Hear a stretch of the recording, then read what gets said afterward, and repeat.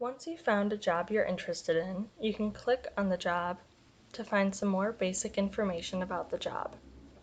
Right away, you'll see the location, the application deadline, and whether or not it's paid.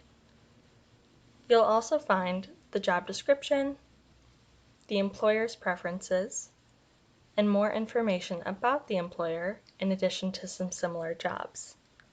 Keep in mind that you don't have to meet all of the employer's preferences in order to apply for a job. The preferences are just there to give you an idea of what the employer is looking for. To apply, you can click on the red application button. The button will say Apply if the employer is using GoldPASS to accept applications.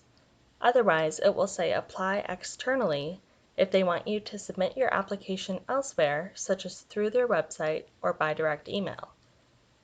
Either way, you'll be prompted to attach your resume and any other documents the employer requires. Make sure the resume you attach has been reviewed and approved by Career Services. If you attach a pending resume, your application will be automatically withdrawn when the job posting expires. After this, you'll click on Step 2 to finish your application process.